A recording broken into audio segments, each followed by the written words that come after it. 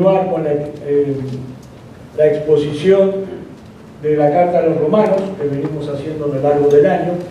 Recordarán que el domingo pasado finalizamos el capítulo 8, hoy vamos a iniciar el capítulo 9 en los versículos 1 al 5.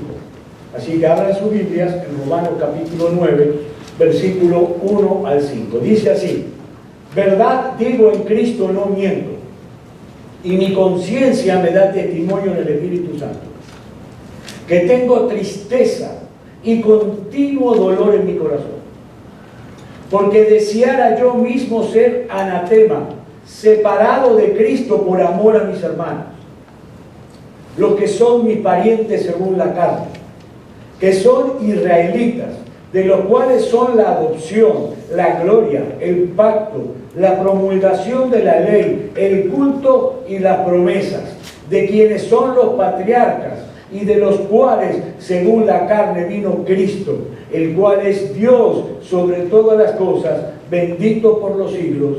Amén. Es palabra de Dios. Mis hermanos, iniciamos una sección de la carta a los romanos donde los capítulos 9 al 11 forman un todo. Los capítulos 9 al 11 son una unidad en la cual Pablo va a pasar a tratar algunos de los temas más controversiales que hayan existido entre los creyentes a lo largo de la historia. Por ejemplo, uno de los temas que vamos a ver: ¿cuál es el estatus presente de la nación de Israel debido a su incredulidad? ¿Existe algún futuro para Israel en el plan redentor de Dios, o ya fueron desechados completamente por el hecho de haber rechazado a su Mesías? ¿O qué de la doctrina de la elección incondicional? ¿Es acaso Dios injusto porque en su soberana voluntad elige a uno para salvación y a otros no? Esos son algunos de los temas que vamos a ir viendo con el correr de los domingos. Y mis hermanos, aunque debemos reconocer, que todas estas doctrinas son muy importantes para nuestra vida espiritual, porque lo son, hay que enfatizar que el punto central, el foco central de atención de Pablo aquí, en esta sección, no es el presente o el futuro de Israel, o primariamente la doctrina de la elección incondicional de Dios. No. Hay gente que se la pasa hablando de Israel esto, Israel lo otro. No. El punto central de estos capítulos que comenzamos a ver hoy es la fidelidad de Dios a su palabra. Israel era la nación del pacto, la descendencia física de Abraham, el pueblo al que se le prometió la llegada de un Salvador, nuestro Señor Jesucristo. Pero el problema que nosotros encontramos detrás de estos capítulos es el siguiente: ¿cómo es posible que Dios haya enviado a su Mesías y el pueblo de Israel lo haya rechazado como lo rechazó? ¿No pone esto en juego el poder de Dios para llevar a cabo sus propósitos? ¿Cómo podemos explicar nosotros que en los días de Pablo, en el primer siglo, los judíos no creían en Jesús y esa sigue siendo su realidad en el día de hoy? Cualquiera al ver esto que sucedió, este rechazo, puede llegar a pensar que el plan de Dios fracasó, porque rechazaron a su Mesías. Y si el plan de Dios fracasó con Israel, ¿cómo podemos estar seguros nosotros hoy que no fracasará también con nosotros? Si Dios fracasó con Israel, existe la posibilidad de que fracase también con nosotros. Ese es el tema que se encuentra detrás de estos capítulos. Eso es lo que preocupaba de gran manera a Pablo. De manera, hermanos, que lo que Pablo quiere demostrar realmente en esta sección de la carta es que Dios, al final de cuentas, hará lo que Él se ha propuesto hacer, porque su plan no ha fallado nunca ni fallará jamás. Ese es el tema. Pero en nuestro pasaje vemos que Pablo, antes de pasar a esos temas tan controversiales, se toma un momento,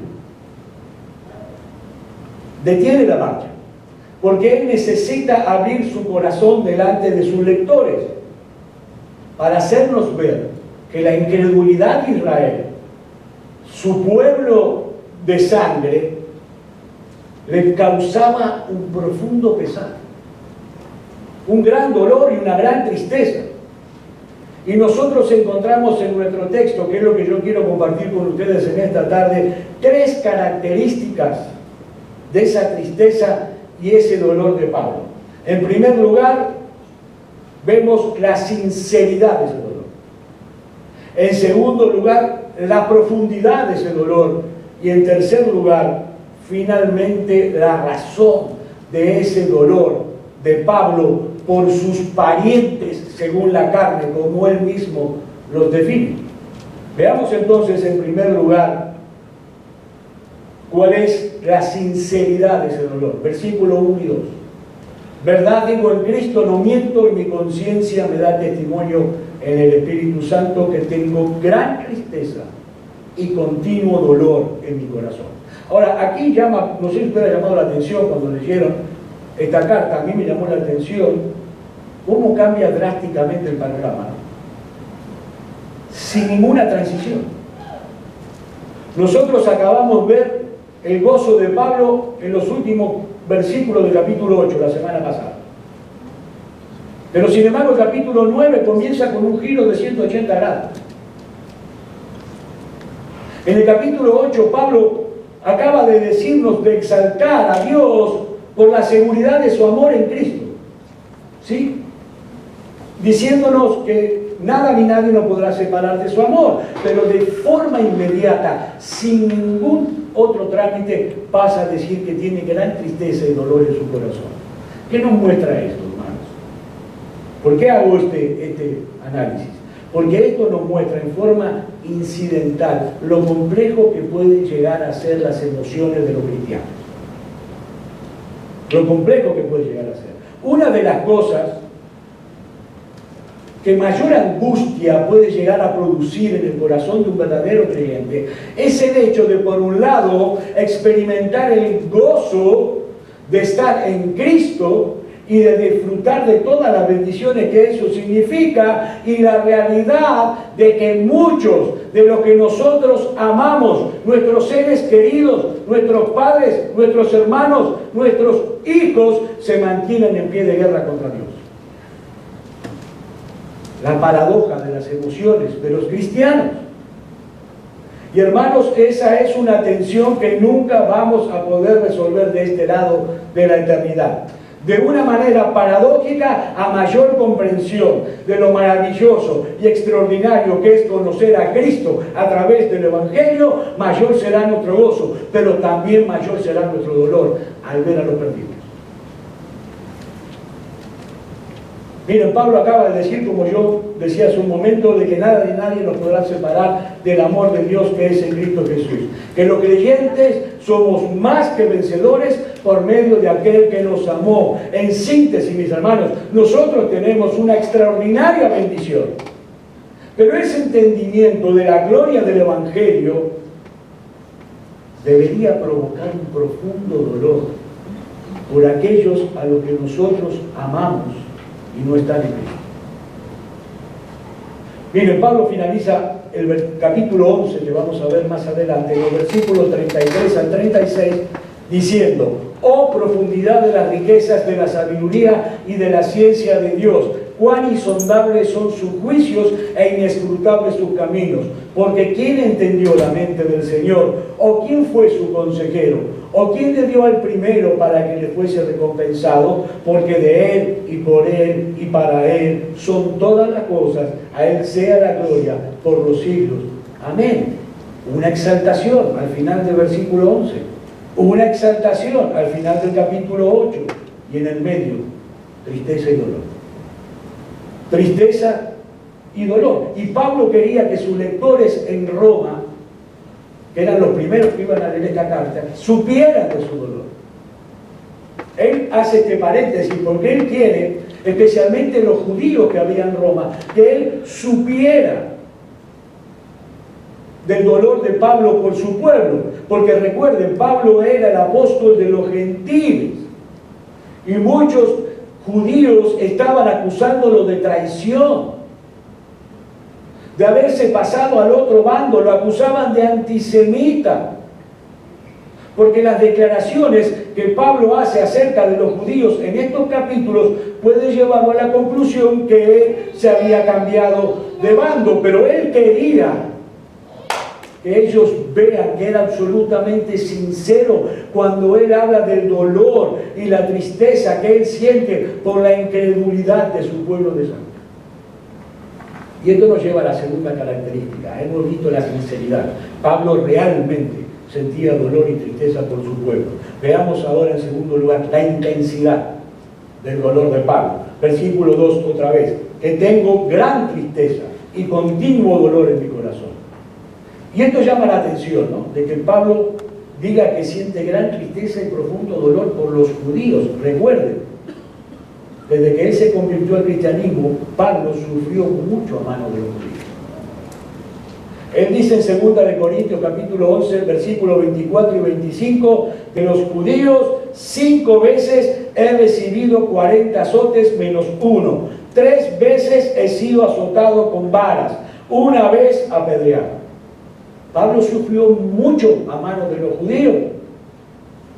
Estas son solo algunas de las cosas que Pablo había tenido que sufrir mientras llevaba el Evangelio a lo largo del mundo. Pero mis hermanos, sin embargo, era justamente por esas mismas personas que le habían hecho todo eso que él sentía una profunda tristeza y un gran dolor en su corazón. La incredulidad de los judíos no era simplemente un tema teórico para Pablo. Y mis hermanos, ¿a dónde quiero llegar? Nosotros debemos tener ese mismo espíritu. Ese mismo espíritu nosotros debemos pedir al Señor en oración que nos ayude a internizar, a hacer nuestro lo que significa la perdición de los perdidos. Debemos orar para que el Espíritu Santo nos recuerde continuamente que el infierno es real y que el infierno es eterno. Debemos orar, mis hermanos, para que el Señor ponga en nosotros un ferviente deseo de orar por los incrédulos. Y en la medida de las posibilidades que tenga cada uno de nosotros, procurar que ellos también se expongan al Evangelio. Y yo sé perfectamente que decir esto hoy es un poco difícil porque estamos en medio de una pandemia y que se nos dificulta mucho el contacto con la gente. Pero mis hermanos, hay algo importante. La Gran Comisión no ha quedado en suspenso por el coronavirus. La Gran Comisión no se ha parado por esta pandemia. Y la perdición de los perdidos tampoco. Los incrédulos se encuentran en una terrible condición de la que solamente Cristo los puede librar, porque no hay salvación fuera de Jesús. No hay salvación sin el Evangelio de Cristo. Y esto nos lleva directamente a la tercera característica de la tristeza y el dolor de Pablo, que es la razón de ese dolor. Versículo 3. Porque deseara yo mismo ser anatema, separado de Cristo por amor a mis hermanos, los que son mis parientes según la carne. Noten la conexión que hace Pablo aquí entre el hecho de ser anatema y de estar separado de Cristo. Estar separado de Cristo es estar bajo la maldición de Dios. Y eso es justamente lo que significa la palabra anatema, estar bajo la maldición de Dios. Lo que Pablo está diciendo es, los judíos rechazaron a su Mesías, rechazaron a aquel que voluntariamente tomó nuestra maldición en la cruz del Calvario, y por eso ellos ahora están bajo maldición. Mis hermanos, solo hay dos opciones en el tema de la salvación. O estamos en Cristo y bajo la bendición de Dios, o estamos fuera de Cristo y bajo la maldición de Dios. No hay otra posibilidad, no hay otra opción. Eso era lo que Pablo estaba causando un profundo dolor en su corazón. Y era tal su angustia, era tal su aflicción por sus hermanos según la carne, que él dice en este versículo de que si existiera la posibilidad de que él mismo fuera separado de Cristo, para que el resto de los israelitas fueran salvos, él estaría dispuesto a eso. Obviamente, por supuesto que lo que Pablo está pidiendo aquí o sugiriendo no es posible, ¿no? Lo sabemos. Ningún ser humano puede hacer expiación del pecado por otro. No. Pablo sabía perfectamente eso, que ese intercambio no era posible, de que él nunca podía ser separado de Cristo. Pero él está usando aquí un lenguaje que se llama hiperbólico, un lenguaje figurativo, para que nosotros entendamos la magnitud de su dolor y de su tristeza. Él estaba dispuesto a hacer cualquier cosa con tal de que los judíos no rechazaran al Mesías. El hecho de que la mayoría de los judíos rechazaron al Mesías y que se estaban encaminando a una condenación eterna era demasiado dolor para Pablo. Sobre todo porque él conocía perfectamente todos los privilegios de los que había disfrutado la nación de Israel de parte de Dios. Vean los versículos 4 y 5, que son israelitas, de los cuales son la adopción, la gloria, el pacto, la promulgación de la ley, el culto y las promesas, de quienes son los patriarcas y de los cuales según la carne vino Cristo, el cual es Dios sobre todas las cosas, bendito por los siglos. Amén. Todos estos privilegios que Pablo menciona aquí en esta larga lista tienen el propósito de ayudarnos a nosotros a ver el gran problema teológico que representa la incredulidad de Israel.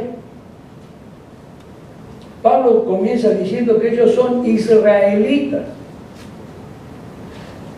Y eso es lo sorprendente, mis hermanos, porque el significado de la palabra israelita es mucho más que una designación política o una designación nacional. Lo que Pablo está diciendo es que ellos pertenecían a la nación escogida por Dios. Ellos fueron los receptores originales de las promesas de salvación en Cristo. Y Pablo sigue diciendo que a ellos les pertenece la adopción. En otras palabras, en el Antiguo Testamento, Dios adoptó a la nación de Israel como se adopta un hijo, como un especial tesoro. Dios le concedió a esta nación privilegios que ninguna otra nación del mundo disfrutó. Ellos fueron la nación adoptada. Luego Pablo continúa la lista diciendo que a ellos les pertenece la gloria. Ellos disfrutaron como ningún otro pueblo el hecho de ser testigos de la presencia esplendorosa de Dios. Dios moraba en medio de su pueblo y ellos vieron esa gloria. En cuarto lugar, Pablo agrega que a ellos les pertenecen los pactos. Un pacto es una promesa sobre la cual Dios jura. Y Pablo está diciendo, ¿qué otra nación tuvo con Dios eso? Un pacto. Todas las bendiciones prometidas por Dios a través de los pactos con Abraham, con Moisés, con David, la promesa del nuevo pacto que encontramos en Jeremías capítulo 31, estaban destinados a Israel. La lista continúa y Pablo dice que ellos fueron los que recibieron la promulgación de la ley. Ninguna otra nación de la tierra tuvo una experiencia como la que tuvo Israel en el monte Sinaí. Cuando Dios les entregó su ley, los 10 mandamientos escritos con su dedo en piedra. Y sí sabemos perfectamente que la ley no salva a nadie. Pero eso no elimina la bendición que significa la ley. La ley es buena si se usa legítimamente. El problema aquí no estaba en la ley, el problema estaba en el corazón de ellos. Pero es una bendición que Dios les haya entregado su ley a Israel. Luego Pablo dice de que ellos eran el culto. Miren, mis hermanos, mientras los paganos estaban adorando a falsas deidades, haciendo sacrificios humanos, Dios le describió con lujo de detalles cómo Él quería que su pueblo le adorara. E instituyó un sistema de sacrificios para poder lidiar con el problema del pecado y recordarles que la llegada próxima de un Mesías, el Cordero de Dios que quita el pecado del mundo. Hermano, ¿qué nación tuvo en la tierra semejante privilegio? Pero Pablo continúa con la lista y dice que de ellos también eran las promesas. especialmente las promesas contenidas en los pactos y que apuntaban todas hacia la persona y la obra de Jesús. En el versículo 5 Pablo dice que ellos eran descendientes de los patriarcas, Abraham, Isaac, Jacob, hombres con quienes Dios hizo pacto de pura gracia. Dios escogió al profeta, al patriarca Abraham, para que por medio de él y de su descendencia sean benditas todas las familias de la tierra. Así que no era cualquier cosa ser descendiente de los patriarcas. Era un privilegio, era una bendición. Miren, en el capítulo 11 de Romanos, que vamos a ver más adelante, si Dios lo permite, cuando Pablo trate el tema de la salvación de Israel, él dice en el versículo 28, así que en cuanto al Evangelio, son enemigos por causa de vosotros, pero en cuanto a la elección, son amados por causa de los padres, los patriarcas. Era una bendición descender de los patriarcas. Pero como si todo esto fuera poco, Pablo concluye la lista de privilegios diciendo en el versículo 5, y de los cuales según la carne vino Cristo, el cual es Dios sobre todas las cosas. Nuestro Señor Jesucristo, mis hermanos, como hombre, en su naturaleza humana, nació de la descendencia de Abraham. Ese es el máximo privilegio que Dios le concedió a la nación de Israel. Cristo era judío. Pero lo más extraordinario de ese Cristo, dice Pablo, es el hecho que no solamente era un hombre.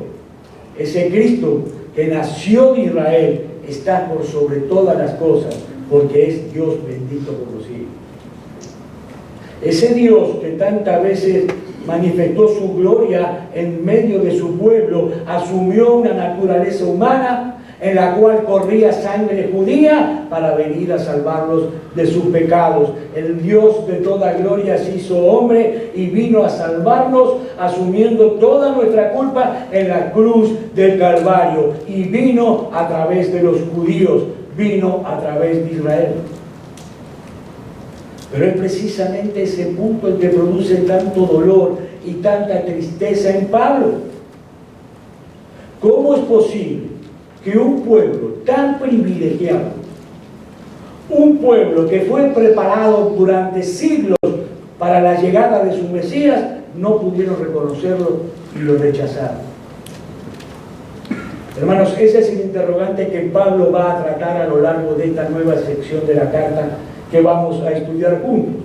Y lo que Pablo va a demostrar es que, contrario a lo que pudiéramos llegar a pensar al ver la condición en la que está Israel, Dios va a llevar a cabo su plan en una forma sorprendente para salvar a los descendientes físicos de Abraham que él se propuso salvar.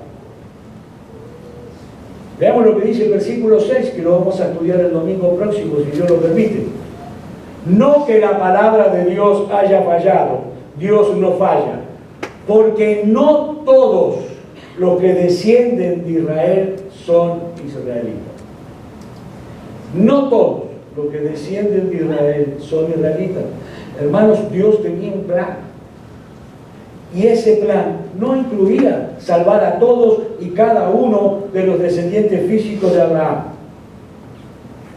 Los que, por cierto, no se van a perder porque no hayan sido escogidos, se van a perder por su incredulidad. Pero el punto aquí es que Dios, en su plan, va a hacer lo que Él se propuso hacer, porque Dios no ha fracasado ni fracasará jamás, porque es Dios. Y no solo eso, sino que Pablo va a demostrar cómo ese plan, que incluía el rechazo de los judíos a su Mesías, iba a producir la salvación de gente en todo pueblo, en toda raza, en toda tribu, en toda lengua y en toda nación, a través de ese mismo Cristo que vino por medio de Israel. De manera, mis hermanos, que el plan de Dios se está llevando a cabo tal cual Él lo determinó. Ninguna de sus promesas quedará sin cumplimiento, porque Dios no fracasa jamás.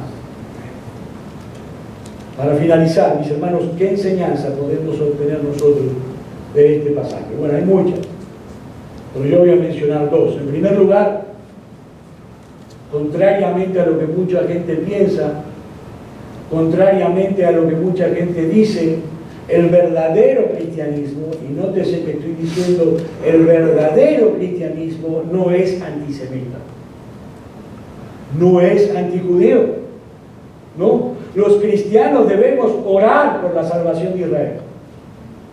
Debemos llevar a cabo el esfuerzo misionero que esté a nuestro alcance para llevarles el evangelio de la salvación en Cristo, porque ellos no se van a salvar sin Jesús.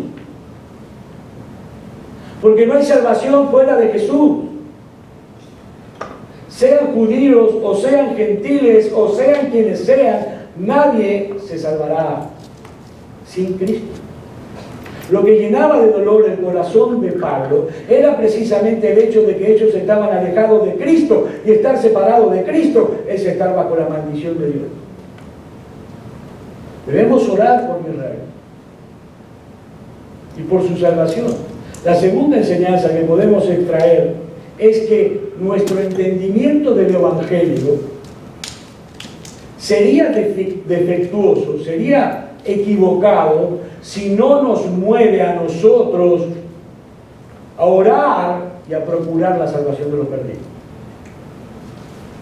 Mis hermanos, el Evangelio es tan maravilloso. La salvación que nosotros tenemos hoy en Cristo es tan extraordinaria que nosotros deberíamos desear con todo nuestro corazón que otros en esta ciudad, en este país, en el mundo, puedan experimentar la enorme bendición de conocer a Jesús y de estar en Él. Y es verdad que no todos tenemos los mismos dones, no todos. Hay personas que realmente asombrosamente tienen una facilidad impresionante para compartir el Evangelio con los demás. Otros no, pero hay algunos que tienen una facilidad asombrosa. Y es también verdad que no todos tenemos las mismas oportunidades de hacerlo.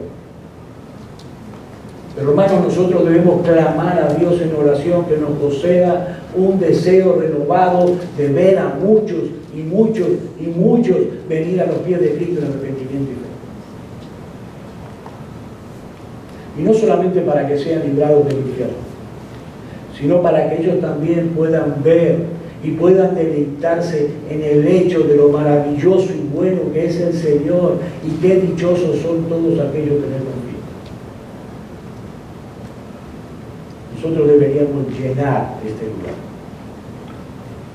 de personas que vengan a Cristo en arrepentimiento y fe. La gran comisión no se detuvo por el coronavirus. Pero para concluir, mi amigo, que tú estás mirando este mensaje por internet, tal vez tú seas uno de aquellos que hoy es motivo de gran tristeza y de gran dolor para algún creyente que te conoce, para algún pariente, porque tú continúas viviendo separado de Cristo. Si es así, si esa es tu condición, mi amigo, yo quiero invitarte en esta tarde a que depongas ya tu rebeldía, a que recibas en este momento el regalo que Dios nos ofrece en Cristo gratuitamente por gracia y por medio de la fe. Mi amigo, no hay salvación fuera de Cristo. Escúchame bien, no hay salvación fuera de Cristo, pero en Él solo hay salvación. En Él son perdonados, son reconciliados, son adoptados todos aquellos que confían únicamente en Cristo para el perdón de sus pecados y el don de la vida eterna. Mi amigo, deja ya de confiar en tu propia justicia, en tu educación, en tus principios. Y allí donde estás, en ese lugar, clama a Cristo que tenga misericordia de ti. Clámale a Él que perdone tus pecados. Y yo puedo asegurarte, por la autoridad que me da la palabra de Dios, que en ese mismo instante, no solamente todos tus pecados, pasados, presentes y futuros, serán arrojados al fondo del mar, sino que inmediatamente te será otorgado el don de la vida eterna. Amigo, ven a Cristo, ven a la cruz, y ven ahora. Vamos a orar. Padre, te damos gracias por la bendición de haber recibido tu santa palabra en esta tarde. Gracias, Señor, porque